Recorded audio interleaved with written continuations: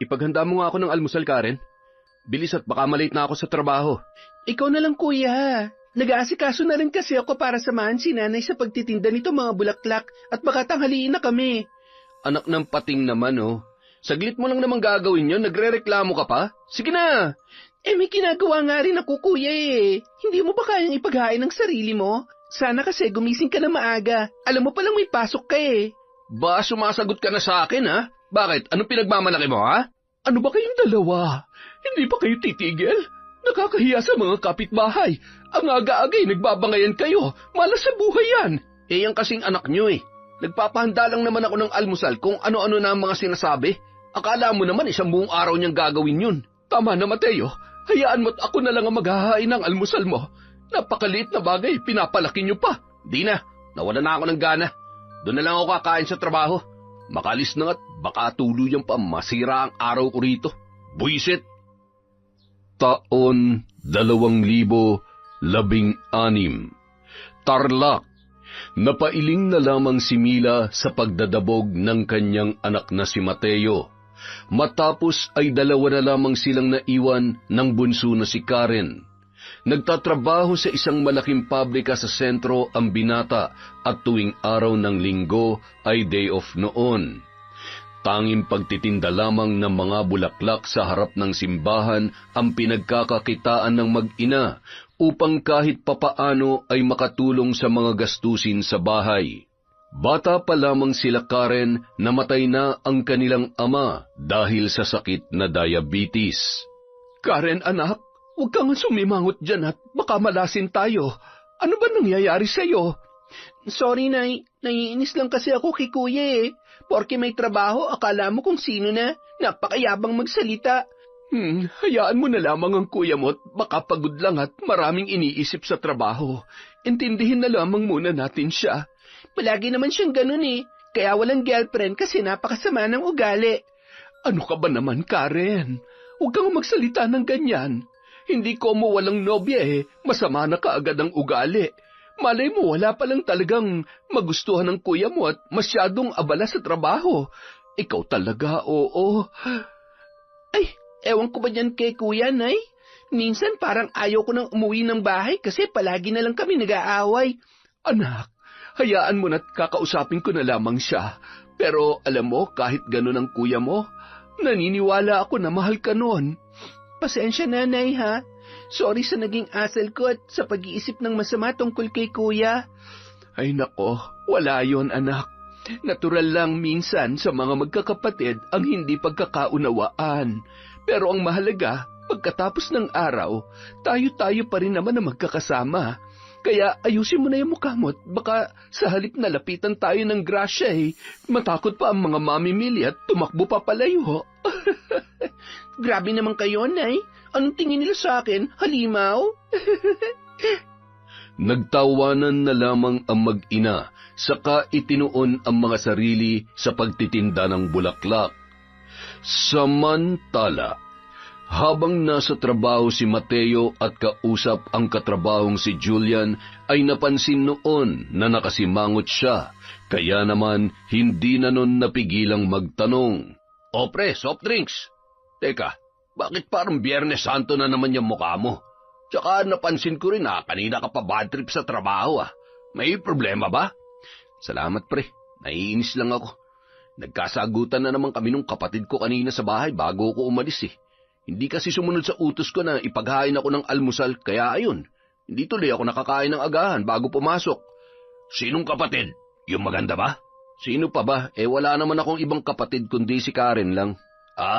Hayaan mo na. Baka may buwa ng dalaw lang yun. Di ba ganun ang mga babae? Ewan ko ba? Basta naiinis ako sa kanya. Ang simple-simple lang naman ng pakiusap ko, hindi niya pa magawa. Parang hindi ko yan turing sa akin eh. Masyado naman mainit yung ulo mo. Huwag ka na mainis. Oo nga pala, matanong ko lang, may boyfriend na ba yung kapatid mong yon? Isang beses ko pa lang kasi siya nakita nung birthday ng nanay niyo noon. Wala pa yata Ewan ko, baka nga mayroon na kaya mukhang may ipinagmamalaki na. Teka, bakit mo naman naitanong? Wala lang. Gusto ko lang sanang ligawan Kung ayos lang sa'yo, bayaw. Bayaw ka dyan. Okay ka lang ba? Ewan ko lang kung patulang ka nun parang tatay ka na namin Sobra ka naman sa tatay. 45 pa lang ako, no? Ilang taon na ba si Karen? 25 pa lang yun. Tsaka, bakit ba napunta dyan ang usapan natin? Halika, balik na nga tayo sa trabaho. Baka ma-overbreak pa tayo. Salamat sa libreng soft drinks, ha? Anong libre? Hoy, may bayad yun, ha? Sisingilin kita mamaya pag out natin. Bahala ka sa buhay mo. Bayaran mo utot mo. Mahigit 3 taon nang magkasama sa trabaho sina Mateo at Julian, at kahit mas may edad si Julian ay magkasundo naman sila sa halos lahat ng bagay at hindi mahalaga ang tawagang kuya para sa kanila. Ang importante ay nagkakaunawaan at nagrerespetuhan pa rin ang dalawa. Naging maayos ang pamumuhay ng kanilang pamilya ng mga sumunod na araw. At dahil palaging nag-overtime sa trabaho si Mateo, hindi na sila nagkikita ng kapatid dahil tulog na yon sa tuwing siya ay uuwi sa gabi. Pagsapit ng Sabado, yun din ang araw ng paglilinis ni Karen sa kanilang bahay, gaya ng nakasanayan. Hindi siya sumasama sa ina para magtinda tuwing araw na yon. Oh, anak, tutal Sabado ngayon. Alam mo nang gagawin, ha? Dating gawi. Labhan mo na lang yung kaunting damit natin pagkatapos mo maglinis ng bahay. Tapos yung kwarto nga pala, linisin mo na rin at ang alikabok na ng sahig. Huwag mo rin kalilimutang palitan yung mga punda at unan. Opo, Nay. Ako na pong bahala rito. Palagi ko naman pong ginagawa yun tuwing Sabado. At kayo naman, mag-iingat kayo sa pagtitinda, ha? Mag-isa lang po kayo ngayon. Huwag mo akong intindihin. Marami naman tayong kasamahan doon na nagtitinda rin. O siya, sige. Aalis na ako't baka abutin pa ako ng tanghali. Nang makaalis ang ina, nagsimula ng maglinis ng bahay si Karen. At dahil magkasama sila sa kwarto ng kanyang nanay, siya na rin ang naglilinis noon. Habang nagwawalis ng sahig, natabig niya ang matigas na bagay sa bandang silong ng kanilang papag. At nang tingnan niya yon, nakita niya ang isang kakaibang bagay. Ano to? Parang maliit na baul? Ngayon ko lang nakita to Ano kayang laman nito? Teka, mabuksan nga. Pinagpagan niya yon at pinunasan upang linisin ang mga alikabok. At tumambad sa kanya ang isang kulay itim na baul na yari sa metal. Tuklap na ang mga pintura sa ibang bahagi noon at amoy kalawang na rin. Nang buksan niya yun, nagtaka siya nang inisa-isa niyang tingnan ang mga nakalagay sa loob. Lumang manika na gawa sa pinagtagpi-tagping retaso, iba't ibang sukat ng karayom, at garapon na may lamang insenso at kamangyan. Tsaka, anong isang to? Kulay pulang papel tapos may mga nakasulat na hindi maintindihan. Ano kaya ang mga to? Bakit may ganito rito sa kwarto namin? Kay nanay ba talaga mga to? Teka, parang pamilyar sa akin ang ganitong itsura ng manika Kung hindi ako nagkakamali, itong ginagamit sa sinasabing pambabarang. Diyos ko, wag naman sana. Hindi naman siguro magagawa ni nanay ang bagay na yon. Ay, may balik na nga lang at baka mahalata niya na pinakailaman kong gamit niya. Nagmamadali niya yung ibinalik at inilapag sa ilalim ng papag kung saan niya yung kinuha matapos ay ipinagpatuloy na ang paglilinis ng bahay. Kinagabihan, nang makauwi ang ina ay gusto niya na sanang tanungin kung ano ang mga bagay na nakita niya sa baul. Ngunit hindi na lamang niya yun ginawa dahil natatakot siya na baka magalit ang ina sa kanyang pakikialam sa mga gamit nito. Oh, bakit ganyan na naman yung mukha mo, Karen? Parang nakakita ka ng multo May nangyari ba kanina habang wala ako? Wala naman po, Nay. Baka masyado lang ako napagod sa mga gawaing bahay. Gusto niyo po ng kape? Ay, mabuti naman kung ganon. Sige, ipagtimpla mo nga ako at huwag mo masyadong tamisan, ha? Alam mo naman, diabetes ang kinamatay ng ama mo at ayaw ko matulad sa kanya. Sige po, ipagtitimpla ko na lang po kayo sa kusina. Sandali lang po, Nay. Habang nasa kusina ang dalaga ay patuloy pa rin siyang kinakausap ng ina sa malakas na tinig upang marinig niya ang sinasabi nito. Ay, mabuti na lang kahit umulan kanina marami pa ring bumili ng mga paninda kong bulaklak. Sana ganun lang palagi pero ang hirap naman humanap na maayos na pwesto kapag umuulan. Umulan po doon? Bakit po dito hindi? Sa bayan lang naman kayo nagtitinda at hindi naman sobrang layo nitong lugar natin mula roon. Huwag ka na magtaka. Minsan may ganun talaga. Ang tawag doon kalat-kalat na pag-ulan. Hindi rin naman tumagal kaya siguro hindi na umabot dito. May ganun po pala. Siguro nga po. Heto na po ang kape nyo. Dahan-dahan at mainit pa po yan. Maya-maya, dumating na rin si Mateo mula sa trabaho. Umupo yun sa mahabang sofa habang nagtatanggal ng sapatos at medyas bago malamig ang boses na nagsalita. Ay, sobra nakakapagod ang trabaho. Oo nga pala, Nay. Pupunta rito sa Sabado si Julian. Walang pasok sa linggo kaya sabi niya mag-inom daw kami. Julian? Yung nagpunta dito ng birthday ko? Opo, siya nga po. Wala naman ako ibang kadikit sa trabaho kundi siya lang eh. Ay, sige, ikaw ang bahala. Ayos lang naman na mag-inom kayo pero wag lang sa sobra, Mateo, ha? Ingatan mong kalusugan mo. Alalahanin mo, hindi ka na bumabata. Nay naman, nagpaalam lang ako. Dami-dami mo pang sinasabi. Abay, nag-aalala lang naman ako sa iyo dahil totoo namang nakakasira ng katawan ng labis na pag-inom ng alak. Ano ba naman yan? Di sana wag na lang kayong pumayag kung ganyan din lang pala. Baka sa Sabado pag nandito na si Julian, sermonan niyo pa ako sa harap niya ha? Huwag niyo akong ipapahiya doon. Kuya, tama naman si nanay. Nag-aalala lang kami sa iyo. Ang mahal-mahal na kaya ng mga gamot ngayon, kaya hindi tayo pwede magkasakit. Lalo ka na dahil mabigat ang trabaho mo. Wala naman sigurong masama kung magmamalasakit kami sa iyo, di ba? Isa ka pa ha? Pakialamera ka masyado. Basta sa Sabado kapag nandito yung bisita ko, huwag niyo akong tatalakan ng ganyan.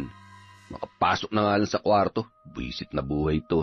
Teka muna, Mateo. Saan ka pupunta? Hindi pa tayo tapos mag-usap. Mateo! Hindi na pinakinggan pa ng binata ang pagtawag sa kanya ng ina. Sa halip, padabog niyang isinara ang pintuan ng kanyang silid. Inis na napabuntong hininga na lamang ang ginang bago humigop ng kanyang kape.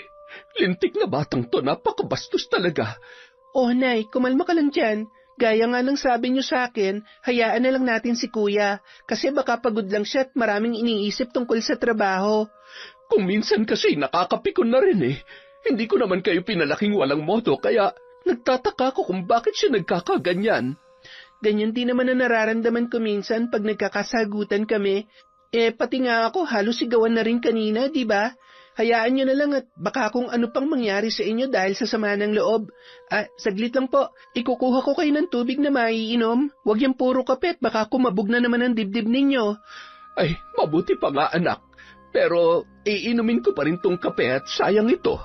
Kinabukasan, muling pumasok sa kanyang trabaho si Mateo at habang naroroon ay muli silang nagkausap ni Julian sa oras ng tanghalian. Mateo, pre, tuloy ba yung inuman natin sa Sabado doon sa bahay nyo? Oo, tuloy na tuloy yun, kaya ihanda mo na yung ambag mo ha, sagot mo ang alak. Sus, yun lang naman pala eh. Basta ikaw nang bahala sa pulutan natin, ha? Pwede naman, may tagpipisong chichirya naman sa tindahan eh. O kaya yung manina na bibili dyan sa labas ng building, okay na yun. Di ka naman espesyal eh. Tindi mo rin talaga eh, no? Pero sige, ayos na yun. Laman tiyan din yun. Huwag ka na nga mag-inarte dyan. Dati nga, gin bulag lang at kung ano-anong pulutan natin, talo-talo na. Sanay naman tayo sa ganun, di ba? Oo na nga, sige na. Pero, pre, teka, ano kayong gustong pasalubong nung kapatid mo? Pasalubong? Seryoso ka ba talaga? Pero ewan ko kung anong gusto nun. Di ba nga sabi ko sa'yo hindi kami nag-uusap na maayos dahil sa nangyari. Kaya, bahala ka na. Di sige, prutas na lang. Saka na yung bulaklak at tsokolate kapag nililigawan ko na talaga siya. Asa ka pa. Malabong magpaligaw sa'yo yun. Maniwala ka sa akin, ako na nagsasabi sa'yo. Kung hindi makukuha sa ligawan, di daanin natin sa pwersahan. Ano? May sinasabi ka ba, pre? Ha? Wala. Wala naman. Ang sabi ko lang excited na ako sa Sabado. Tamang-tama, day off natin sa linggo. Mamam na naman. Siguradong buhay na naman yung bahay alak mo. Alam ko naman na yun lang ang nagpapagana sa buong katawan mo eh. Nagtawanan na lamang ng malakas ang dalawa na tila walang pakialam sa mga katabi nilang tao sa kantin. Kinagabihan, nang makauwi si Mateo, naabutan niyang kumakain ng hapunan ang kapatid at ang nanay na si Mila. Agad siyang inalok ng ina nang makita siya nito na pumasok sa kanilang pintuan. Tamang-tama ang dating mo, anak. Halika, sabayan mo na kaming kumain ni Karen. Oh, totoo ba talagang gusto niyo akong alukin? Mukha namang mas masaya kayo na hindi ako kasabay kumain eh. Ano bang pinagsasasabi mo dyan, kuya? Okay ka lang? Malay ba naming darating ka ng sakto sa oras na kumakain kami? Tsaka, madalas kasi nag-o-overtime ka, di ba? Kaya hindi ka na namin hinihintay. Kararating mo lang, init na agad ang ulo mo. Yan! Ganyan palagi ang trato niyo sa akin, na para bang hindi ako miyembro ng pamilyang to. Dami mong sinabi. Tingin mo ba gaganahan akong sumabay kumain sa inyo kapag ganyan ka? Mateo, sumusobra ka na, ha? Sino bang unang nagdadaldal dyan? Ikaw naman, di ba? Masama bang alukin kang kumain? Dapat pala hindi na lamang kita niyayang lintik ka.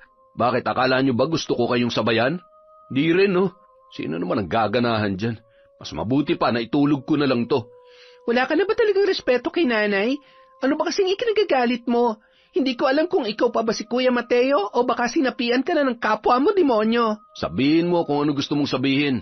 Magpapahinga na nga ako at naririndi na naman ako sa bibig ninyo. Ay, hindi ko na alam kung anong gagawin namin sa ugali mo, Mateo. Hindi naman kita pinalaking bastos at walang galang. Ayaw mong kumain? Di sige. Sino ba magugutom? Huwag ka maghahanap ng pagkain mamaya o kahit bukas pagkagising mo, ha? Dahil hindi ako magluluto para lang sa'yo. Swail na anak to. Matapos marinig yun, inis na dinampot ni Mateo ang bag sa sofa, saka hinihingal sa sama ng loob na pumasok sa kanyang silid, at gaya ng dati, pabagsak na naman niya yung isinara. Naiwan naman ang dalawa habang napapahawak sa kanyang dibdib ang kanilang ina, na tila nahihirapan sa paghinga. Agad naman siyang inabutan ni Karen ng isang basong tubig. O nay, uminom kayo ng tubig. Ayos lang po ba kayo? Salamat, anak. Naubos na talagang lahat ng kabutihan sa pagkatao ng kuya mo. Alam niyo, nay, kung hindi lang dahil sa inyo at hindi lang kayo ang iniisip ko, malamang matagal na akong lumayas dito sa bahay. Sobrang sawang-sawa na ako sa ugali niyang si kuya eh. Hayaan mo na. Isang araw magsisisi rin yan sa lahat ng ginagawa niyang ito. Hindi maaaring habang buhay siyang ganyan. Ewan ko nga ba, nay, pero parang nawawala na ako ng pag-asa magbabago pa si kuya. Kung alam niya lang kung gaano natin siya pinahalagahan, kaya lang mas inuuna niya palagi ang galit. Naiintindihan kong nararamdaman mo, anak, at hindi kita masisisi. Pero sa ngayon, tapusin na lang muna natin ang pagkain. Ay, Diyos ko, patawad po at dito pa sa mismong harapan ng grasya kami nagkakaganito. Bagamat malungkot at kapwa masama ang loob kay Mateo, pinilit na tapusin ng mag-ina ang pagkain. Pagkatapos ay nagpasya na silang pumasok sa silid para makapagpahinga. Samantala, habang nasa kanyang kwarto si Mateo ay hindi niya maiwasang mainis sa kapatid at sa kanyang nanay. Kaya naman, hindi niya maiwasang mapabulong sa kanyang sarili. Buisit talaga yung dalawang yun. Palagi na lang akong pinagkakampihan. Lagi na lang ako masama. Hindi na nila nakita yung sakripisyo at pagtatrabaho ko para matustusan yung mga pangangailangan ng pamilya namin. Ay, nakakainis talaga. At dahil hindi siya makatulog sa labis na sama ng loob, naisipan niyang tawagan ang katrabahong si Julian at doon ay naglabas siya ng kanyang mga hinanakit. Ngunit gaya ng madalas noong gawin ay tinawanan lamang siya ng lalaki at sinabihang isip bata dahil pinalalaki niya lamang ang maliliit na problema. Sa huli, wala rin siyang nakuhang magandang payo mula sa kaibigan, kaya pinilit na lamang niyang matulog nung gabing yun. Kinabukasan, muli siyang umalis ng bahay nang hindi man lamang nagpapaalam o nakipag-usap sa kanyang ina at kay Karen. Nagising na lamang ang dalawa na wala na sa kanyang silidang binata. Samantala, habang nagbibihis sa kanyang kwarto si Mila bago umalis para magtinda, di sinasadyang nasipa niya sa ilalim ng papag ang baul na pinakailaman noon ni Karen. Nasa bandang labas na yun at alam niyang may gumalaw ng nasabing gamit. Teka, bakit parang nakalabas na to? Mukhang may gumalaw na mga gamit kong tuwa. Sandali nga, maitanong kay Karen at baka siya nakailam nito. Saglit siyang lumabas ng silid para tawagin ang anak na dalaga at pinapasok yun sa loob, saka masinsinang kinausap. Bakit po, Nay? May iuutos po ba kayo? Wala naman. Tatanungin lamang kita. Ginalaw mo ba to? Nasa pinakailalim to ng papag natin eh. Bakit nakita ko na lang dito sa may bandang bungad? Hindi po. Bakit po? Ano po ba yan? Karen, anak, huwag ka na magsinungaling. Alam kong ikaw lamang ang nakakapasok sa kwarto natin at ni minsan ay hindi nagpunta ang kuya mo rito nang hindi nagsasabi sa akin. Umamin ka. Opo, ako nga po ang gumalaw niya, Nay. Nung nakaraan kasi habang naglilinis ako, para akong may nasaging matigas na bagay. Nung tingnan ko po, yan yung nakita ko. Pinanasan ko lang naman at inalisan ng alikabok tapos tiningnan ko yung laman. Ha? Binuksan mo? Binasa mo ba yung nakasulat sa kulay pulang papel? Yung totoo? Sinubukan ko po pero hindi ko naman maintindihan kaya hindi ko na itinuloy. Ibinalik ko na lang dyan sa loob. Ay, mabuti naman. Sa susunod, wag mo tong pakikialaman, ha? At mas lalong wag mong babasahin yung mga nakasulat sa papel. Ha? Bakit po? Para saan po ba kasi yan, Nay? Isa yung sumpa at ritual sa pambabarang. At ang mga gamit na ito ang ginagamit para isagawa yon. Sabi ko na nga ba para dun yun eh. Ibig sabihin, Nay, mambabarang po kayo? Dati, oo. Pero simula nang maging anak ko na kayo ng Kuya Mateo mo, itinigil ko na yon. Kaya itinago ko na lamang ang mga gamit na ito. Bakit po itinago nyo pa? Hindi ba dapat itinapon nyo na? Naisip ko na rin yan dati. Pero ang sabi sa amin ni Apo, ang pinakamatanda sa lipi ng mga mambabarang, balang araw daw ay kakailanganin namin ang mga ito. Po? Sa paanong paraan naman daw po? Karen, anak, dapat mong maunawaan sa paglipas ng panahon, pasama ng pasama ang mga tao sa mundo. Makakatulong ito bilang proteksyon natin laban sa mga katulad nila. Ibig niyo pong sabihin, Nay, nakahanda ulit kayong gawin yon? Kung kinakailangan, bakit hindi? Nakahanda akong yakapin muli ang kasamaan, lalo na kung ang pamilya na natin ang magiging biktima. Kayo po ang bahala, Nay, pero hanggat maaari sana, wag na lang mangyari yung masama niyong iniisip. Gaya ng sinabi ko sa iyo kanina, pasama na ng pasama ang mga tao at hindi pwedeng basta na lang tayo manahimik kung tayo na naagrabyado. Hindi na lamang sumagot pa noon ang dalaga. Sa halip ay nagpaalam ng lalabas ng silid para ipagpatuloy ang ginagawang pagliligpit ng mga pinagkainan sa lamesa. Ilang saglit pa, magkasama na sila ng ina na umalis para magtinda ng araw na yun. Sumapit ang araw ng Sabado. Pagka-uwi ni Mateo mula sa trabaho ay kasama niya na ang kaibigan na si Julian. Agad namang iniabot ng lalaki ang pasalubong na prutas kina Mila at Karen. Magandang hapon po, Nanay Mila. At ganun din sa iyo, Karen. Eto nga pala, may mga pasalubong akong prutas para sa inyo. Magandang hapon din naman sa iyo, Julian. Nako, nag-abala ka pa, pero maraming salamat. O siya, umupo ka na muna riyan at si Mateo nang bahalang mag-asikaso sa iyo. Sige po, salamat po. Salamat din, Karen.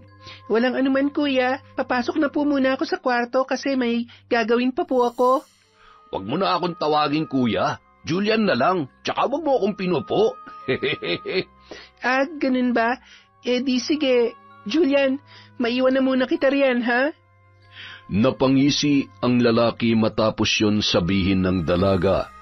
Maya-maya lamang, nagsimula na silang mag-inuman ni Mateo.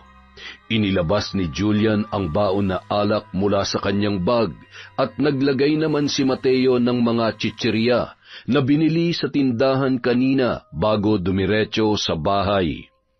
Ilang sandali pa, maririnig na ang masaya nilang kwentuhan at tawanan. Habang nasa kalagitnaan ng inuman, tinawag ni Mateo si Karen mula sa kanyang silid para utusan. Wala na pala tayong yelo, pre. Sandali lang, ha. Magpapakuha lang ako kay Karen. Karen! Karen, lumabas ka nga muna dyan, saglit lang. Karen! Karen, oy! Bakit kuya? May kailangan ka? Bakit man tagal mong lumabas? Kanina pa ako tawag ng tawag, ah. Ikaw mo nga kami ng yelo. Tantarin mo na rin, ha. Inisman ay sumunod na lamang ang dalaga dahil batid niyang magagalit na naman ang kanyang kuya sakaling tanggihan niya ang utos noon. Nung mga sandaling yun, nasa labas ng bahay ang kanilang ina habang sumasagap ng sariwang hangin. Maya-maya, nakabalik na si Karen dala ang yelo na nakalagay sa mangkok. Heto na yung yelo nyo, kuya. Meron pa ba kayong kailangan? Nang iabot niya sa kanyang kuya ang yelo, ay agad niyang napansin ang malagkit na tingin sa kanya ni Julian, kasabay ng nakakalokong ngiti habang napapakagat pa sa kanyang labi. Nakadama ng pagkailangan dalaga kaya nagmadali ng umalis para bumalik sa kanyang silid. Matapos yun, binulungan ni Julian si Mateo. Ang ganda talaga ng kapatid mo, pre. Bakit kaya walang boyfriend yan? Yan ba? May pangarap pa yan sa buhay. Tsaka, bantay sarado yan kay nanay. Tsaka syempre, kung magkakagusto man sa lalaki yun, siguradong hindi sa'yo. Sobra ka naman, pre. Di pa nga natin nasusubukan eh. Malay mo, pumasa ako, di ba? Talagang seryoso ka sa sinasabi mong liligawan si Karen, ha? Di sige. Good luck sa'yo. Nagpatuloy sa pag-iinuman ang dalawa habang panakanakang nagtatawanan at nagtutuksuhan tungkol sa mga kasamahan nila sa trabaho. Maghahating gabi na nang magpasyang magpaalam si Julian para umuwi. Nang mga sandaling yun, natutulog na sina Karen at ang kanilang ina sa kanilang kwarto. Salamat pare, ha. Grabe, nalasing ako dun, ha. Mag-iingat ka sa pag-uwi mo, ha? Alam ko namang malalasing ka dun, pre. Palagi namang ganun, di ba? Sa atin dalawa, ikaw yung mahinang uminom. Loko, pagod lang talaga ako sa trabaho. Pero kung hindi, baka abutin tayo ng pagsikat ng araw dito. Pero sayang, pre. Hindi ko man lang nakausap ng matagal si Karen. Palagi kasing nasa kwarto at nakabantay yung air mats niyo, eh. Sabi ko naman sa iyo, tol, suntok sa buwan kung makakaisa ka dyan sa kapatid ko. Paano? Sige na, umuwi ka na at baka wala ka ng masakayan. Oo nga pala. Sige, tutuloy na ako, pre, ha. Sa susunod, imbitahan mo ulit ako, ha, para naman makaporma na ako kay Karen.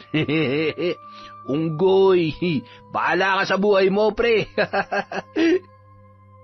Matapos ang halos walang katapusang asaran, ay tuluyan na ngang umalis si Julian.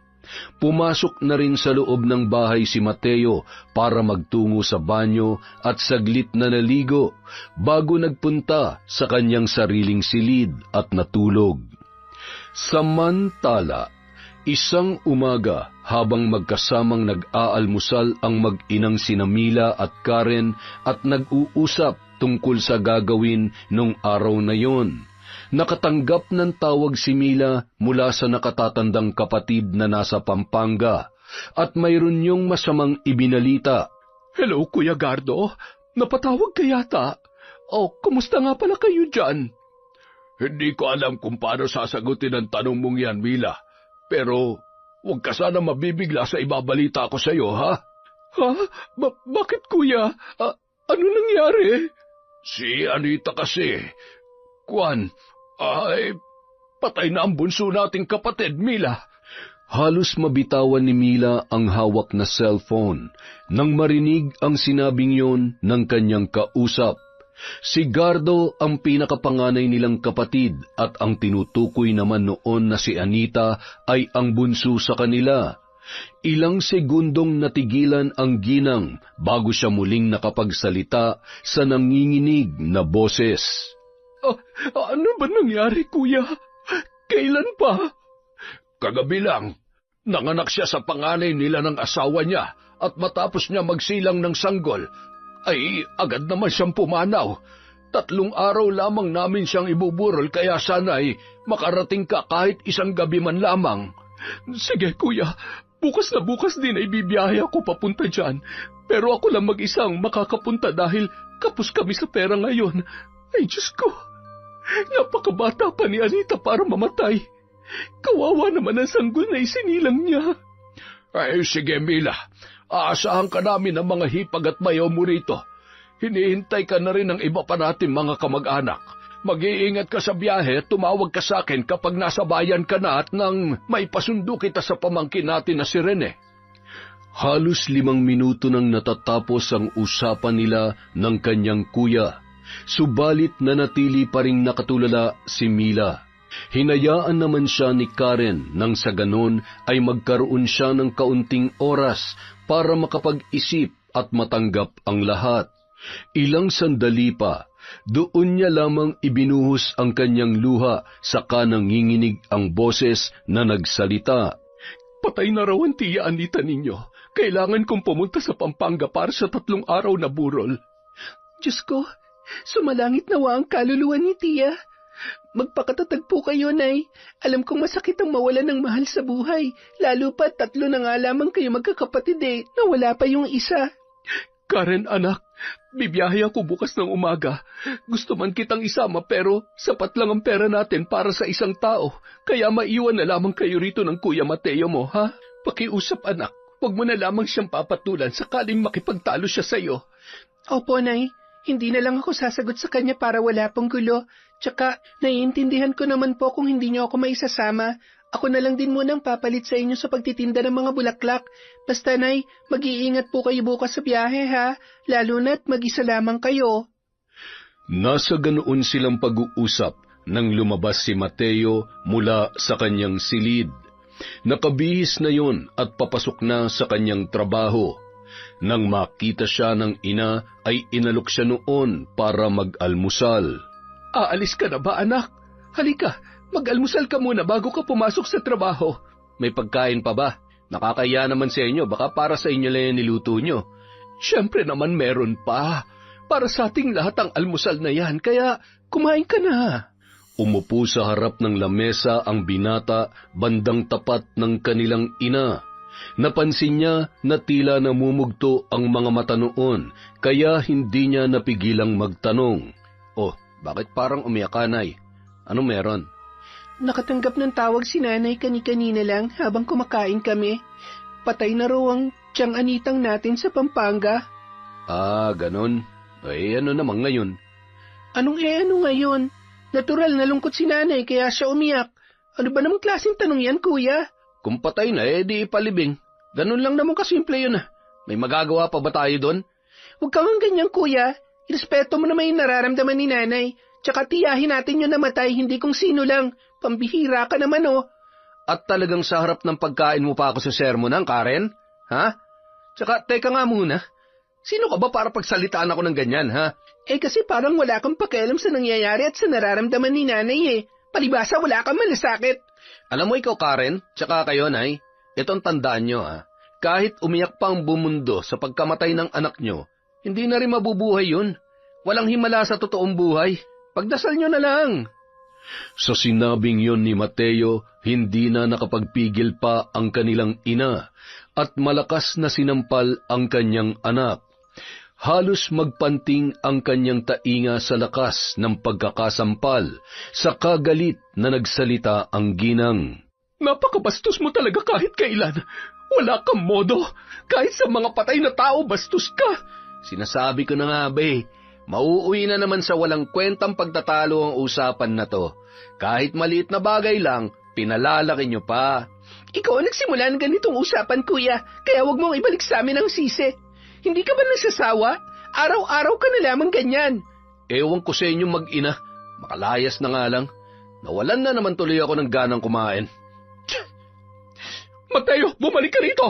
Hindi pa tayo tapos mag-usap na lintik ka! Mateo! Hindi na pinakinggan ng binata ang sigaw na yon ng kanilang ina. Sa halip, galit at walang lingon-likod na lumabas siya ng bahay. Naiwan naman na nanlulumo at muling umiyak si Mila habang pinakakalma ng kanyang anak na si Karen. Huwag niyo na lamang pong intindihin si Kuya, Nay. May mas kailangan kayong unahing problema ngayon. Ako na munang bahala dito sa bahay. Huwag kayong mag-alala. Walang masama mangyayari sa akin. Ang bigat sa dibdib na umalis ng ganito ang sitwasyon natin, anak. Pero kailangan kong bumiyahe dahil huling sandali na yun na makikita ko ang inyong tiyahin. Kaya sana, ingatan mo ang sarili mo habang wala ako rito, ha? Makakaasa po kayo, Nay. Kailangan niyong ituon ang lakas at atensyon niyo dun sa pupuntahan ninyo. Huwag niyo na pong sayangin yung luha niyo kay Kuya dahil hindi naman siya karapat-dapat pag-aksayahan yan. Dun niyo na lang po yan ilabas sa burol ni Tiyang Anita. Maraming salamat, anak. Salamat at nariyan ka palagi. Kahit hindi maganda ang pakikitungo sa atin ang kuya mo. Huwag po kayo magpasalamat sa akin, Nay. Akong dapat na magpasalamat sa inyo kasi kayo nagpapatatag sa akin. O siya, sige na. Magsisimula na ako mag-empake para wala akong makalimutan sa dadalhin ko sa biyahe. Matapos yun, pumasok na si Mila sa kanyang silid para mag-empake. Makalipas ang halos 1 oras, muli siyang lumabas at sabay silang umalis ni Karen para magtinda pa ng bulaklak. Pagkatapos ay natuloy na ang kanilang ina sa pagpunta sa Pampanga. Hinatid pa yun ni Karen sa sakayan ng bus, saka niyakap ng mahigpit bago yun sumakay. At dahil ayaw maiwang mag-isa sa bahay, umalis na lamang ang dalaga para muling magtinda. Sana makarami ako ngayon para naman makaipon ng pera hanggang sa pagdating ni Nanay. Kumusta na kaya siya? Nakarating na kaya siya dun sa burol ni Tiyang Anita? Diyos ko, kayo na pong bahala sa kanya. Sana po, ingatan niyo at gabayan niyo ang nanay namin. Kinagabihan, nang umuwi sa bahay ay naabutan ni Karen na naroon na ang kanyang kuya. Nakaupo sa sofa habang nakataas ang mga paa sa kaharap na lamesa. Nang makita siya noon ay tinanong siya kung nasaan ang kanilang ina. Ay Karen, nasaan yung nanay mo? Bakit hindi mo siya kasamang umuwi? Umalis, kuya. Nagpunta sa probinsya, 3 araw siya doon. Bakit? Ganon. Aalis pala siya, hindi man lamang sinabi sa akin. Di nyo na talaga ako tinuturing na pamilya dito, no? Kuya, pagod ako. Ayaw ko makipag-argumento, kaya pwede ba? Pagpahingin mo muna ako. Bakit hindi mo masagot yung tanong ko? Di ba totoo naman? Hindi nyo ako tinuturing na miyembro ng pamilyang to. Talaga ba, kuya? Bakit? Noong nagdadalamhati si nanay kahapon, nakisimpatya ka ba? Hindi naman, di ba? Wala kang pakialam sa kanya eh. Sa halip, binigyan mo lang lalo siya ng sama ng loob. At ang malala pa, nilayasan mo kami habang umiiyak siya at kailangan sana na masasandalan ng isang panganay na anak. Ngayon, tatanungin kita, kami ba tinuturing mong pamilya? Hoy Karen, wala kang karapatang magsalita sa akin ng ganyan dahil palamunin ka lang dito sa bahay at ako nagtatrabaho. Ganyan naman palaging sinasabi mo eh. Ano pa bang bago? At isa pa, para sabihin ko sa'yo, hindi ako palamunin lang dito sa bahay dahil kahit papano may pinagkakakitaan ako at nakakapag-ambag din ako sa mga gastusin dito. Yun ba? Pinagmamalaki mo yung kapiranggot na kinikita nyo ni nanay sa pagtitinda ng bulaklak? Kulang pa nga yan para sa pambayad ng kuryente. Tapos sa akin pa rin kayo umaasa. Kuya, ano bang pinagsasabi mo? Kilala mo pa ba yung sarili mo? Kasi kami ni nanay, hindi na eh. Parang hindi na ikaw yung palagi namin kasama dito sa bahay. Ewan ko sa'yo, magsama kayo ng nanay mong si Mila. Makatulog na nga lang, leche. Siya nga pala, bukas ng gabi papupuntahin ko ulit dito si Julian. Magiinuman kami. Bahala kayo sa buhay nyo, basta wag nyo lang ako idamay sa mga kalokohan nyo. Talaga? Bakit? Sino ka ba para intindihin pa namin? Napasimangot na lamang si Karen sa sinabing yon ng kanyang kuya. At nagtungo na rin siya sa silid ng kanilang ina.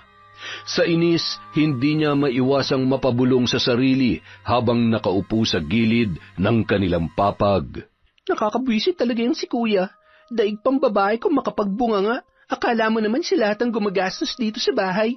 Mabuti na lang wala dito si nanay ngayon dahil tsak nasasama na naman ang loob nun dahil sa mga sinabi niya. Kinabukasan, habang nasa trabaho at kausap ni Mateo si Julian, muli niyang sinabi sa lalaki ang tungkol sa naging pagtatalo nila ni Karen nung nakaraang gabi. Pre, tuloy tayo sa bahay mamaya ha. Tamang-tama, wala doon si nanay. Tsaka, hindi naman kami okay ni Karen eh. Hindi na naman kayo okay, pre? Bakit? Ano nangyari? Huwag mong sabihin nagtalo na naman kayo. Tsaka asa nga pala nagpunta yung nanay nyo? Nandun sa Pampanga, patay daw yung bunso nilang kapatid. Ewan ko nga ba kung bakit kailangan niya pang pumunta ron eh, patay naman na yun. Tsaka tungkol dun sa nangyari sa amin ni Karen, oo nga pala. Yun, nagtalo na naman kami. Paano ba naman? Tinanong ko lang kung nasan yung nanay namin, kung ano-ano na pinagsasabi. Tsaka hindi man lang nila binanggit sa akin ha, aalis pala yun. Yun lang. Mukhang hindi nga okay yung ganun Pero, dahil wala dun yung nanay nyo, ibig sabihin, pwede tayo mag-inom hanggang magdamag. Tsaka okay lang bang dun na rin ako makitulog? Kahit sa sala lang, ayos na sa akin. Kapag lasing naman kahit saan naman pwede, hindi ba?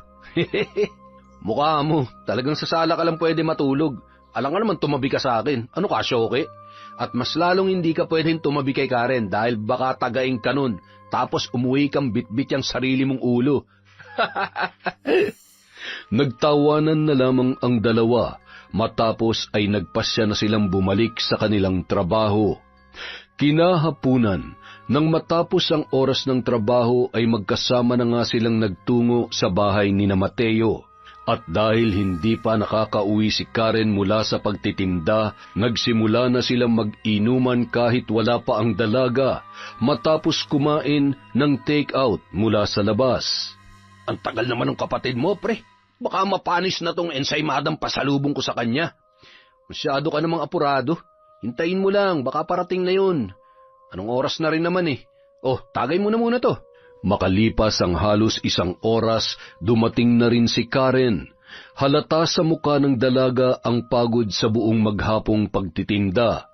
Nang makita ay agad siyang binati ni Julian at tumayo pa yon para iabot sa kanya ang pasalubong na ensaymada. Oh, nandito ka na pala, Karen. Eto nga pala, pasalubong ko para sa iyo. Salamat, nag-abala ka pa. Sige, papasok na muna ako sa kwarto para makapagpalit ng damit. Hindi, okay lang yan. Ang ganda mo nga sa suot mo Anong sabi mo? Wala. Sige, magpahinga ka na muna sa loob. Iinom lang kami ng kuya mo rito, ha? Bilisan mo na magbihis, Karen. Wala kaming tagakuha ng yelo dito. Kakain pa ako pagkatapos magbihis, kuya. Tsaka anong tingin mo sa akin? Utusan? Aba, lintik na to, ha? Pinapahiya mo ba ako kay Julian? Ikaw nagpapahiya sa sarili mo, hindi ako. Akmang susugurin na sana ni Mateo ang kapatid, ngunit agad siyang inawat ni Julian at mabilis na hinarangan ang dalaga. Uy, teka muna, pre. Kalma ka lang. Nagsisimula pa lang inuman natin, bad trip ka na kaagad. Ito kasing buwisit na babaeng to, Sinasagad ang pasensya ko, nakakayamot na Seryoso, kuya? Sasaktan mo talaga ako dahil lang sa nayayamot ka sa sinabi ko? Wow, ha? Ganyan na ba talaga ang ugali ng mga kuya ngayon? Karen, hindi naman sa nakikialam ako, ha? Nagmamalasakit lang ako sa inyo nitong kuya mo, pero pwede bang makiusap na wag mo na lamang siyang sagutin? Isa ka pang tamuho ka. Puro ka kasi pag-aaya ng inom kaya nagiging ganyan ang ugali ng kuya ko Oh, ayan, isaksak mo sa baga mo yung ensaymada mong panis. Akala mo yata madadala mo ako sa paganyan-ganyan mo. Sige na, papasok na ako sa kwarto at marami pa akong gagawin pagkatapos kumain. Hoy, Karen! Pastos ka talaga kahit kailan Bumalik ka rito! Pre, tama na. Pati tuloy ako budget na rin sa kanya O anong gagawin natin ngayon dito sa ensaymadang to? Pulutanin na lang natin. Pulutanin mo mag-isa mo. Ikaw lang naman na may gusto niyan May nalalaman ka pa kasing pasapasalubong Sinabi ko na nga sa'yo hindi ka magugustuhan ng babaeng yun. Naku sige na nga. Sayang din to Sa mamahaling bake shop ko pa naman to binili, tapos iisnabin lang ni Karen. Tsaka, first time ko lang makakapagpulutan ng ganito Mukhang masarap naman Matapos magpalit ng damit ng dalaga, nagdiretso na siya sa kusina para kumain. At dahil hindi nagluto ang kanyang kuya, ay ang stock na cup noodles na lamang ang kanyang kinain. Hay, ano pa ba naman ang aasahan mo sa kuya mo, Karen? Natural, walang pagkain. Asa ka pa na ipagluluto ka niyan. Okay na to, siguro naman mabubusog na ako dito. Babawi na lang ako sa almusal bukas ng umaga.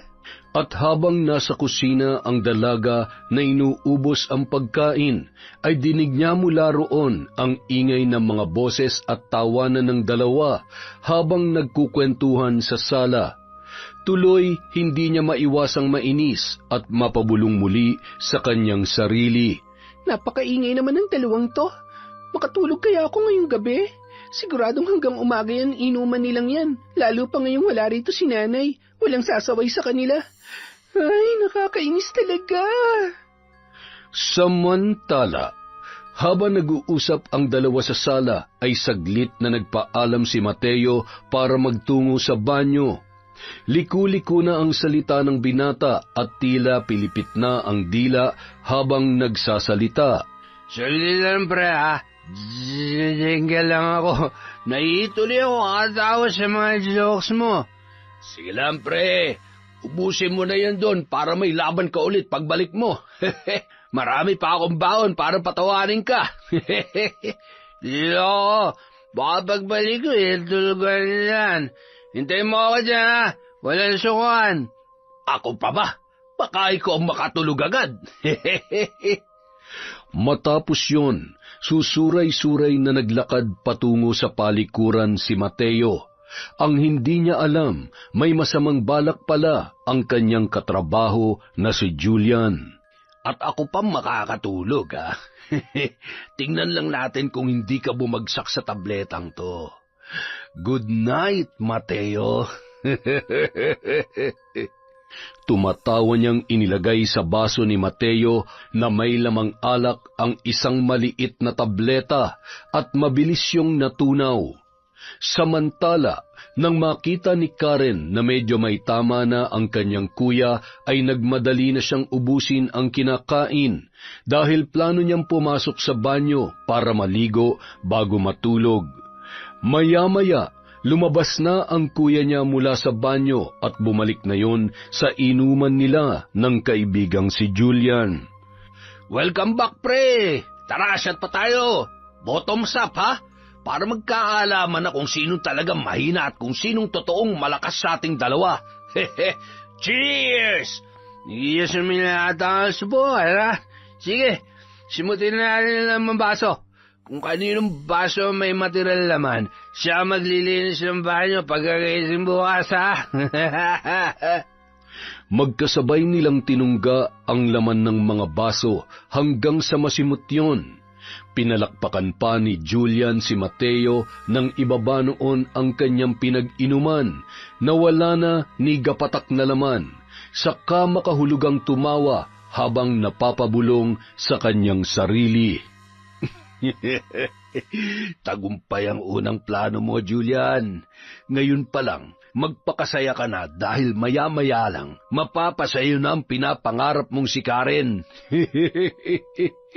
Hindi pa man lumalampas ang 3 minuto, halos hindi na maidilat ni Mateo ang kanyang mga mata at tila nawalan ng buto ang kanyang leeg, saka pabagsak na humiga sa inuupuang sofa. Plakda ang kanyang katawan na animoy pagod at lantang gulay, habang naghihilik na walang malay. Nang mga sandaling yun, nasa banyo na si Karen at pakanta-kanta pa habang naliligo. Matyaga siyang inabangan ni Julian sa labas ng banyo habang nakadikit ang tainga ng lalaki sa pintuan noon. Sige lang, my loves. Maglinis ka na maigi ng katawan para mabango ka sa laban natin mamaya. Andito lang ako, naghihintay sa iyo. Ilang saglit lamang, narinig ng lalaki na tumigil na ang paglagaslas ng tubig sa loob ng banyo. Hudyat na tapos ng maligo ang dalaga. At nang buksan ni Karen ang pinto para lumabas, ay agad siyang hinapit ni Julian palapit sa katawan nito. Saka mabilis na tinalian ang kanyang bibig gamit ang hinubad na damit ng lalaki. Matapos ay pinilipit ni Julian ang mga kamay ng dalaga papunta sa likuran, dahilan kaya mas lalo yung hindi makagalaw. Huli ka! Sa wakas, mapapasakin ka na rin, Karen. Napakatagal na panahon kitang inasam-asam, kaya hindi ko napalalampasin ang pagkakataong ito. Halika nga rito. Ang bango-bango mo talaga. At dahil mahigpit na nakatakip ang bibig ni Karen, hindi niya na magawa pang magsalita at makasigaw. Sinubukan pa niyang magpumiglas at sikuhin si Julian, subalit hindi niya yun maabot dahil mahigpit ang pagkakahawak ng lalaki sa nakabaliko niyang mga kamay. Huwag mo nang tangkain pang kumawala, dahil sa mga oras na ito, sa akin ka na, Karen. Wala ka nang kawala pa. Matapos yun sabihin, pabalyang idiniin ni Julian ang dalaga sa sahig. Sa kabila ng pagpupumiglas noon, ay wala pa rin yun naitulong, lalo na nang maramdaman niya ang isang napakalakas na suntok sa kanyang sikmura. Saglit siyang napapikit sa labis na sakit, saka agad na nanlambot ang kanyang mga tuhod. Ang pinakaayaw ko sa lahat, yung huling-huli na kumakawala pa. Huwag ka mag-alala, Karen. Saglit lang to. 3 rounds lang tayo at papabayaan na kita rito. Huh? Ang sarap-sarap mo talaga, Karen. Tagumpay na naisagawa ni Julian ang maitim na planong panggagahasa sa dalaga. Sa tuwing gumagalaw at bumipiglas yon, ay suntok sa bunot at sampal ang kanyang ipinararanas. Paminsan-minsan ay inuuntog pa niya yon, dahilan kaya pumutok ang kanyang labi at nagkaroon ng mga pasa sa iba't ibang bahagi ng katawan. Nung mga oras na yon, tulog na tulog pa rin si Mateo at walang kamalay-malay sa karumal-dumal na nangyayari sa kanyang kapatid. Paulit-ulit na pinagsamantalahan ng kanyang kaibigan si Karen at saka lamang yun tumigil nang makadama na ng labis na pagod at pagkahingal. Solve na ako sa iyo ngayon, ganda. Kaya pwede na kitang iwan. Yung kuya mong uto-uto, ayun, tulog na tulog pa rin hanggang ngayon. Isang malaking pagkakamali na pinapunta niya ulit ako rito. At itinaon pa talaga niya na wala yung nanay ninyo. Matapos yun sabihin, nagmamadali niyang isa-isang isinuot ang mga kasuotan na nagkalat sa sahig ng silid.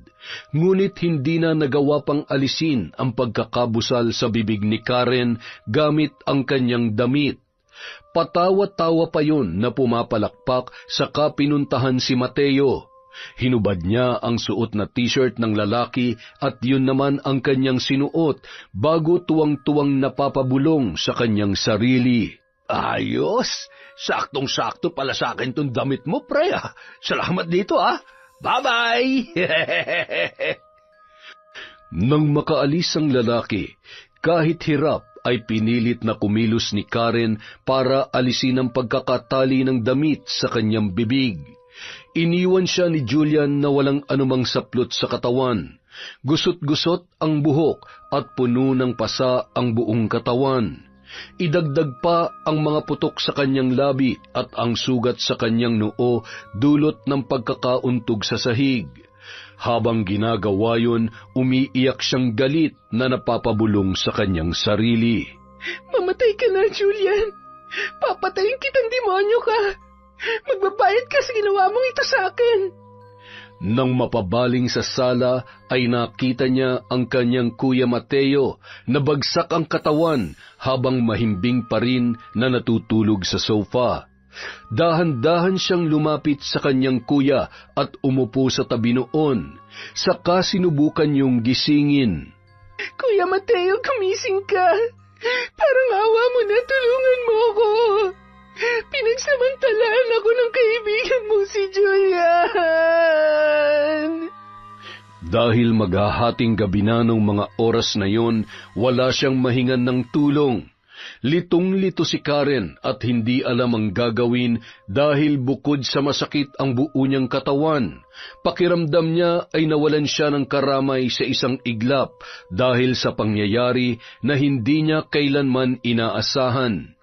Maya-maya, bigla siyang mayroong naalala. Tama, yung cellphone ni Kuya. Nasaan yung cellphone niya? Tatawagan ko si Nanay. Nagmamadali niyang inapuhap at kinapa sa bulsa ng suot na pantalon ng natutulog niyang kapatid ang cellphone. Ngunit wala siyang nakuha. Kasunod ay tinungo niya ang kinaroroonan ng bag ng binata at doon hinanap ang kanyang pakay. Kuya, nasaan ang cellphone mo? Kailangan ko yun ngayon. Sana naman makita ko dito sa loob ng bag mo. Nagkaroon siya ng pag-asa nang makita yon sa pinakailalim ng sling bag na palaging dala ng kanyang kuya. Subalit nang tingnan niya ay naka-off yun at kahit anong gawin niya ay hindi niya mapagana. Baka lobat lang. Teka, hahanapin ko yung charger niya. Sigurado nandito lang yon. Diyos ko naman, bakit ngayon pa nangyari to? Sana magpakita ka na, please. Ngunit kahit halos baligtarin niya na ang bag na yon, ay bigo siyang makita ang kanyang hinahanap. Kaya naman, ang huli niyang naisip ay baka nasa kwarto ng lalaki ang cellphone charger. Paika-ika at nagmamadali siyang nagtungo sa silid ng kanyang kuya at naghalughog ng mga gamit noon. Bakit pati rito wala yung charger ni Kuya? Saan naman kaya mapupunta yun hindi naman ganun kalaki tong kwarto niya para hindi ko mahanap kung nandito talaga yun o wala. Nakakainis naman. Dala ng kawalan ng pag-asa ay ibinalik na lamang ni Karen ang cellphone sa bag ng kanyang kapatid. Napaupo siya sa nakabukod na silya at muling umiyak habang inihilamos sa muka ang kanyang mga palad.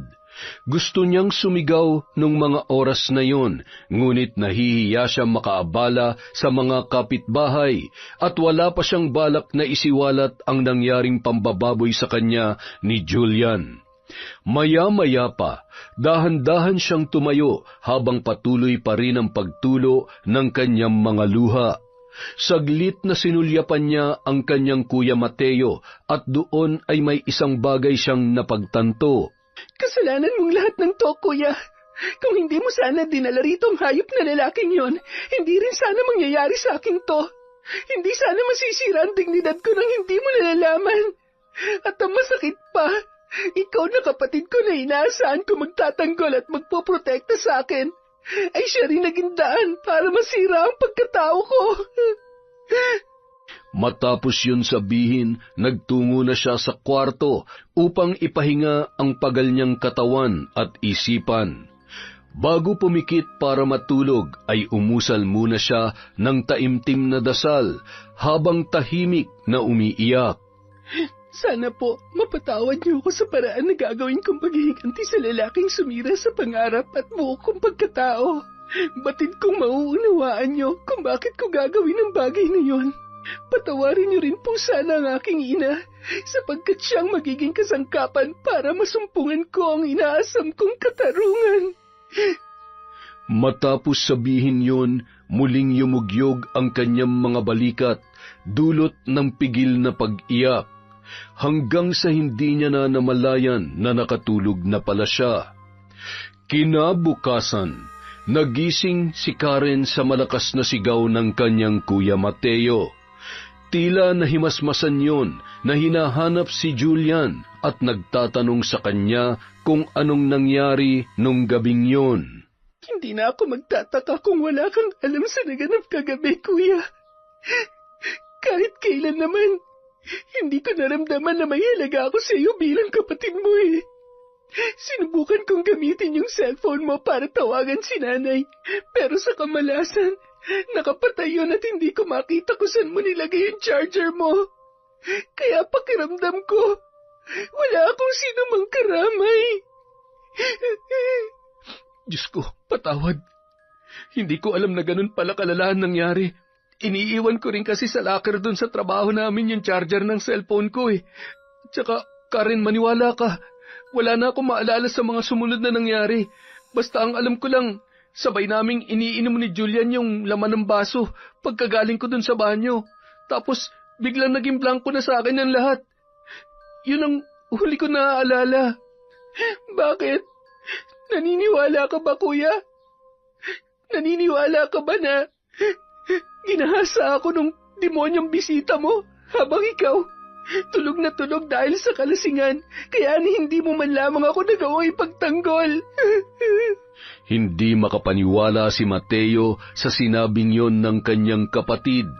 Doon pa lamang niya napagtuunan ng pansin ang mga sugat at pasa sa katawan ng dalaga. Matapos ay napasuntok siya sa dingding ng kanilang bahay habang tila sising-sisi at umiiyak sa kagigil na nagsalita. Hayop ka, Julian. Pinagkatiwalaan kita pero bakit mo nagawa to? Kunwari ka pang gusto mo lang ligawan ng kapatid ko pero bababuyin mo lang pala, walang hiya ka. Papatayin kita. Hindi ko mapapatawad ang ginawa mong to kay Karen. Huli na, kuya. Hindi na natin maibabalik pa ang nakaraan at hindi na rin maibabalik ang dignidad na nawala sa akin. Kaya pasensyahan na lamang tayo dahil pagbabayarin namin ni nanay ang lalaking yon sa pinakamasakit na paraan. Dahan-dahang lumapit si Mateo sa kapatid habang umiiyak at paulit-ulit na humihingi ng tawad. Ramdam sa tinig niya ang sinseridad at labis na pagsisisi. Subalit tila manhid na si Karen sa mga salitang yon, kaya matigas ang boses na tumugon sa kanyang kuya. Simula ngayon, ayaw na kita makita. Hindi na kita kapatid at wala na akong kuya. Dahil ang totoong kuya, dapat palaging handang protektahan na nakababata niyang kapatid. Pero kahit kailan, hindi mo yan ipinaramdam sa akin. Kaya kung pwede lang, wag mo na lang akong kausapin dahil hindi ko alam kung ano pang mga bagay na masasabi ko sa'yo sa mga susunod na pagharap natin. Karen, pakiusap. Hindi ko alam na. Umalis ka na sa harapan ko. Layas! Wala nang nagawa pa ang binata kung hindi ang mapailing, habang bakas sa muka ang labis na pagsusumamo at dahan-dahang napaatras. Sa puntong yun, isa lang ang naiisip niyang gawin, ang umalis sa bahay dahil sa galit sa sarili at walang kapantay na awa sa kanyang kapatid. Kaya naman, tila wala sa katinuan na lumabas na lamang siya ng bahay, kasabay ng malakas na pagbuhos ng ulan at pag-ihip ng malamig na hangin. Habang naglalakad sa kalsada, hindi niya maiwasang mapabulong sa kanyang sarili. Tama ka, Karen. Sa dami na nagawa kong kasalanan sa inyo ni nanay, siguro ito ng tamang paraan para ilayo ko ang sarili ko. Dahil wala na akong mukhang maiharap at may pagmamalaki. Batid ko rin na hindi ako mapapatawad ng ating ina kapag nalaman niya nangyari sa iyo dahil sa kapabayaan ko bilang kuya mo. Ngayon, sisingilin ko si Julian sa pambababoy na ginawa niya sa iyo. Hayop siya. At kapag dumating yung panahon na mapapatawad niyo na ako, sana hindi pa huli ang lahat para sa panibagong simula. Makalipas ang 3 araw, nakauwi na ang nanay nilang si Mila mula sa Pampanga. At laking gulat ng ginang nang maabutan ng anak na si Karen sa isang sulok ng kanilang bahay. Tulala habang nakatingin sa malayo, tila walang pakialam sa kanyang pagdating at halos hindi makausap. Naroon pa rin ang mga pasa, sugat at putok ng labi.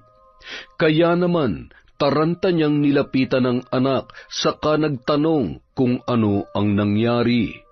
Diyos ko, anak, ano nangyari sa iyo? Nasaan ang kuya mo? Bakit ganyan ang itsura mo? Nang marinig ang tinig ng ina ay dahan-dahang bumaling doon si Karen. Blanko ang ekspresyon ng kanyang muka, ngunit nang makilala kung sino ang kaharap ay napayakap siya ng mahigpit. At sa kauna-unahang pagkakataon, isinigaw niya ang kinikimkim na magkahalong sama ng loob at galit, sa pamamagitan ng paghagulhol.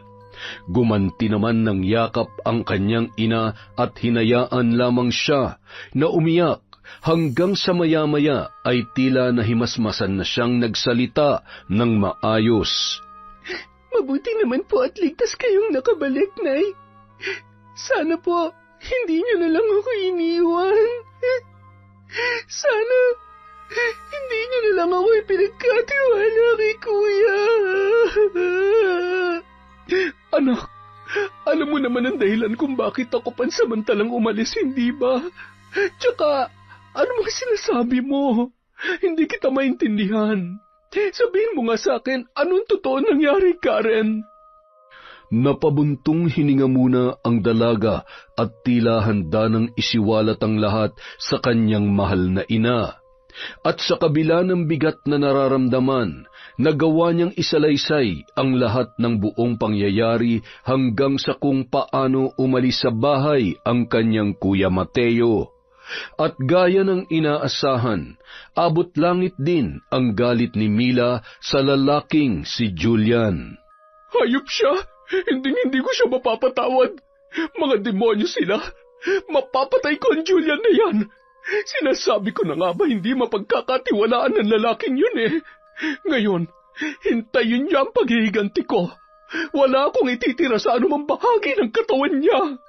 Matapos sabihin yun, agad na umihip ang malakas na hangin at ilang sandali yung nagpaikot-ikot sa loob ng kabahayan na animoy may sariling buhay. Kasunod ay naramdaman ni Karen ang tila kakaibang puwersa na dumampi sa kanyang batok na tila nagbabadya ng hindi maipaliwanag na panganib. Saka matiim na tumitig ang ginang sa kanyang anak na nagtatanong, Nasaan na yung sinasabi mong damit na ginamit niyang pantakip sa bibig mo nung ginawa niya yon? Naitabi mo ba? Opo, Nay. Nasa akin pa po hanggang ngayon. Ibigay mo sa akin nang masimulan ko ng isagawa ang ritual ng pambabarang laban sa demonyong yon. Nang maibigay ng dalaga sa ina ang hinihingi noon, hindi niya maiwasang mapatanong, Pero Nay, nasaan na kaya si Kuya Mateo sa mga oras na ito? Mula nung umalis siya ng isang araw, wala na ako naging balita tungkol sa kanya. Hindi na natin problema kung nasa ng hinayupak na kuya mo, Karen. Isa siya sa dahilan kung bakit nangyari sa iyong kahiyupang yon. Kasalanan niya kung bakit siya nahiwalay sa atin at siya ang pumili ng landas na yon. Meron akong mas dapat unahing harapin. Saka na natin intindihin ang walang kwenta mong kuya. Walang puso ang Julian na yon, Nay. Hanggang ngayon, sa pagtulog ko tuwing gabi, nakikita ko pa rin ang itsura niya habang ginagawa ang kababuyan sa akin. Kaya hindi ko talaga siya mapapatawad. Nang gabi ring yun, sinimulan ng isagawa ni Mila ang ritual ng pambabarang laban kay Julian. Muli kinuha niya ang itim na baul at inilabas ang mga kasangkapan. Nagtungo siya sa likod ng bahay, bitbit ang damit ng lalaki, saka nagsimulang umusal ng mga orasyon na binabasa mula sa kulay pulang papel habang gigil na bumubukas sara ang kanyang bibig. Inilatag niya sa lupa ang damit ni Julian at ibinuhos doon ang insenso at kamangyan mula sa garapon. Maya-maya, nagsilitawan mula sa lupa ang mga naglalakihang linta, bulate at mga bubuyog na handang sumalakay anumang oras. Sinira mo ang buhay ng anak ko, Julian. Kaya higit pa sa pagkasira ng buhay mo ang gagawin ko sa iyo. Ngayon, ipapamalas ko sa iyo ang lupit ng aking paghihiganti. Matapos yun, nagkumpul-kumpul sa damit ni Julian ang mga nasabing insekto at hayop. Sabay-sabay yung sinilaban ni Mila hanggang sa maging kulay itim na abo at ibinaon sa ilalim ng lupa. Matapos ay huminga siya ng malalim, saka ngumiti na animoy nagkamit ng isang matamis na tagumpay. Samantala, Matapos magtago ni Julian dahil sa ginawang panggagahasa kay Karen, ay nakilala niya ang dalagang misteryosa at ubod ng arte na si Krisa. Tumira sila noon sa isang liblib na lugar sa Tarlac at namuhay sa bukid. Ngunit dahil hindi kontento ang babae sa buhay na nararanasan kay Julian, madalas silang mag-away at hindi magkaunawaan. Pasensya ka na nga muna. Yan lang kasi yung kinita ko ngayong araw dun sa gapasan. Alam mo naman masama ang pakiramdam ko at hindi na rin gumagaling itong ubo ko eh. Kaya hindi ako masyadong makapagtrabaho. Hay nako, Julian. Sawang-sawa na ako sa paulit-ulit mong sinasabi.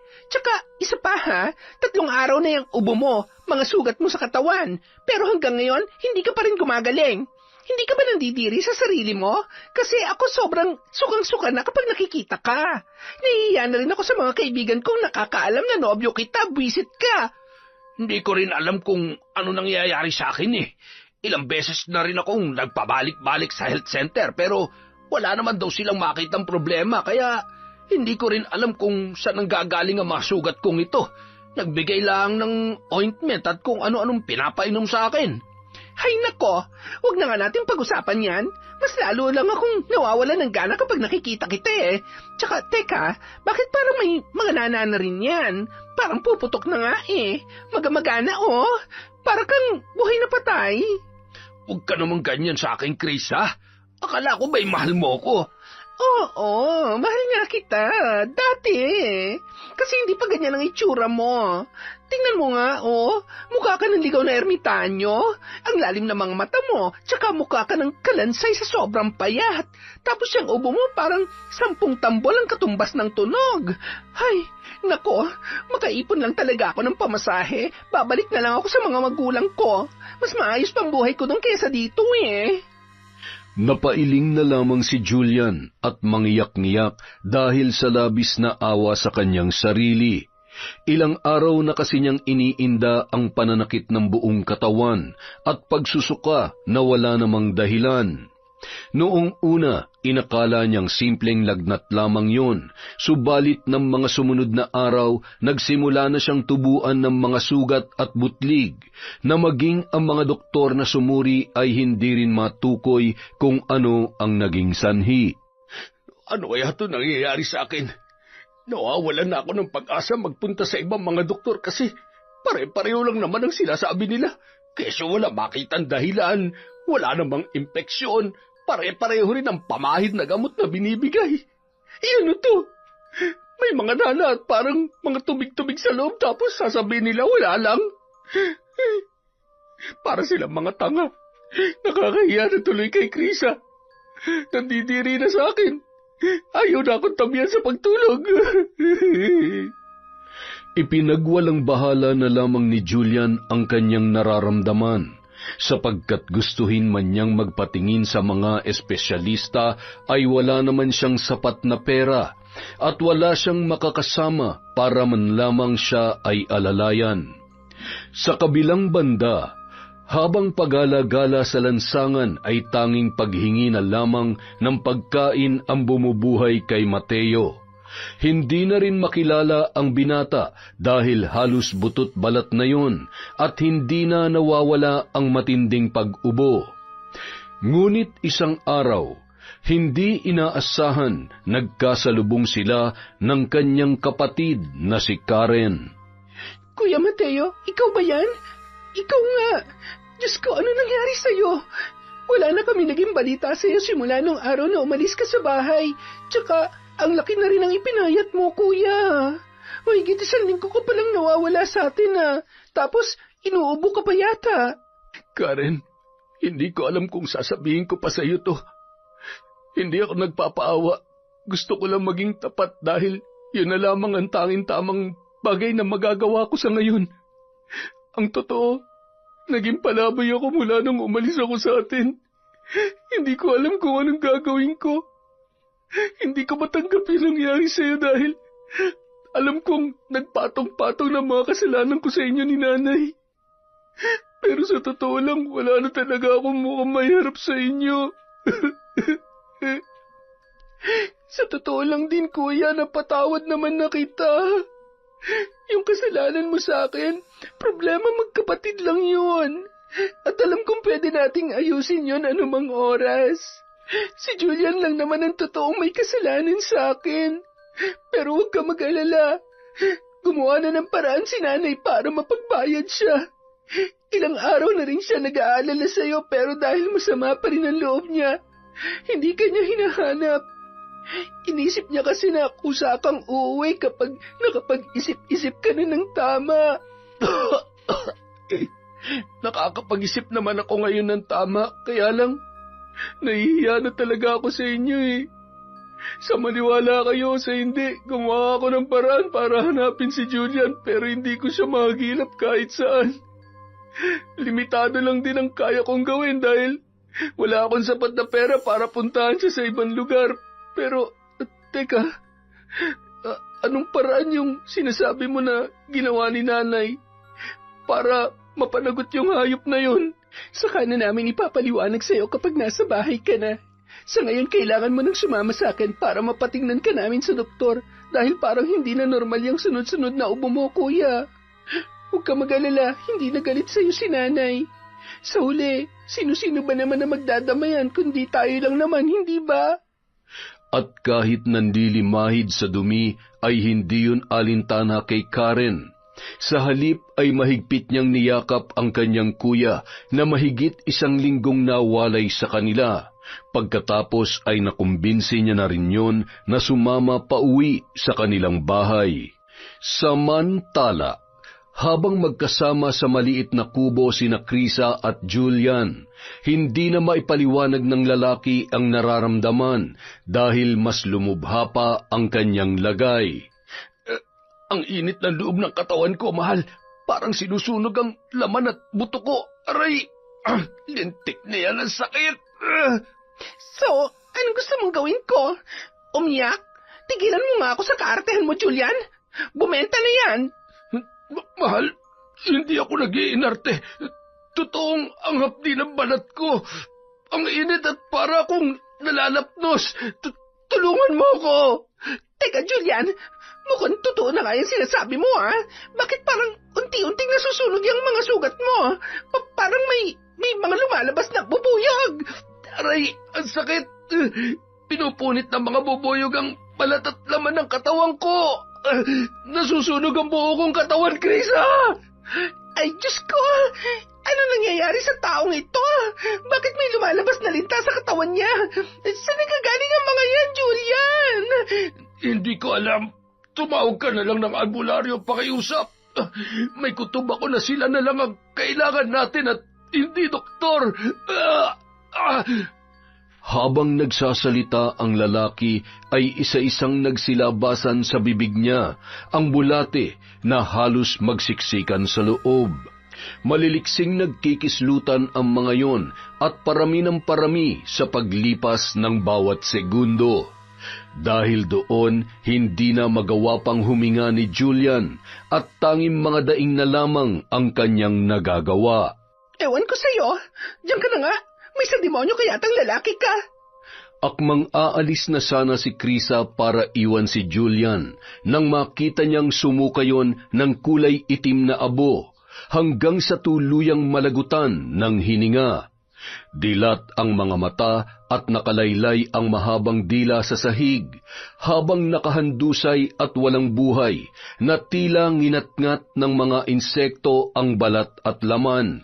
Maya-maya pa, umapoy ang katawan ng lalaki hanggang sa tuluyan ng maging abo at inilipad ng hangin patungo sa himpapawid. Sa takot, tila wala sa sarili na nagtatakbo papalayo ang dalaga. Sa kabilang banda, matapos isama ni Karen na umuwi ang kanyang kuya Mateo, ay agad nila yung pinatingnan sa doktor.